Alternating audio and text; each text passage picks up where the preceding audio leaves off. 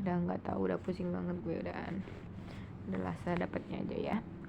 Tetapi jika sebagai proses demokratis berperan sebagai sebuah lembaga teknokrat yang tertutup akan kesempatan yang sama untuk publik dalam melakukan perencanaan. Pendekatan yang konvensional terdapat proses perencanaan yang mengutamakan tanpa melibatkan peran masyarakat. Semakin tidak relevan lagi, masyarakat bukan lagi sebagai objek rekayasa. Proses publik tidak lagi dipandang sebagai sebuah elemen irasional yang harus dihindari, guys.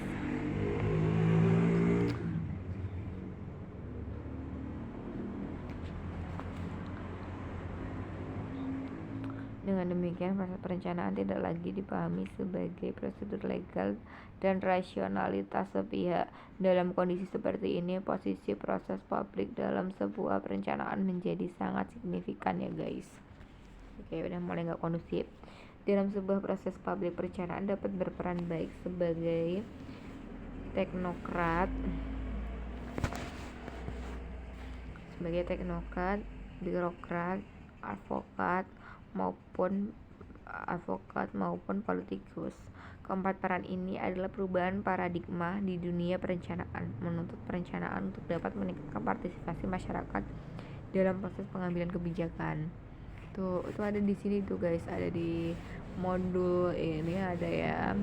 Jadi itu pada akhirnya dapat dinyatakan bahwa perencanaan sebagai bagian dari proses publik pada hakikatnya adalah sebuah bagian dari upaya untuk mempelajaran guna menangkap aspirasi setempat, menciptakan kesempatan yang lebih baik bagi masyarakat pada suatu wilayah, mengkaji sampai sejauh mana dampak terhadap keseimbangan dan keberlanjutan kehidupan penduduk dan lingkungan, mengkaji dan menyampaikan gambaran pada masyarakatnya guys, pada masa depan buat masyarakat ya guys. Salah tadi ya, maklum aja lah ya, sejarahnya gini-gini doang.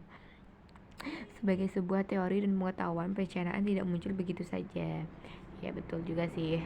Teori perencanaan muncul dan berkembang pada berbagai praktek pembangunan yang diterapkan secara berbeda oleh berbagai pelaku pembangunan di banyak tempat di dunia guys. Gitu guys. Jadi tuh kita adanya keinginan yang kuat untuk meningkatkan kualitas dari proses perencanaan, penerapannya serta hasil-hasilnya telah melecut semangat beberapa kalangan untuk terus memunculkan dan memperkenalkan konsep, metode, pendekatan, dan prosedur baru dalam dunia perencanaan. Namun karena setiap tempat memiliki kondisi yang berbeda-beda, maka terdapat perbedaan konsep dan pendekatan perencanaan antara satu tempat dengan tempat lainnya guys. Tuh begitu.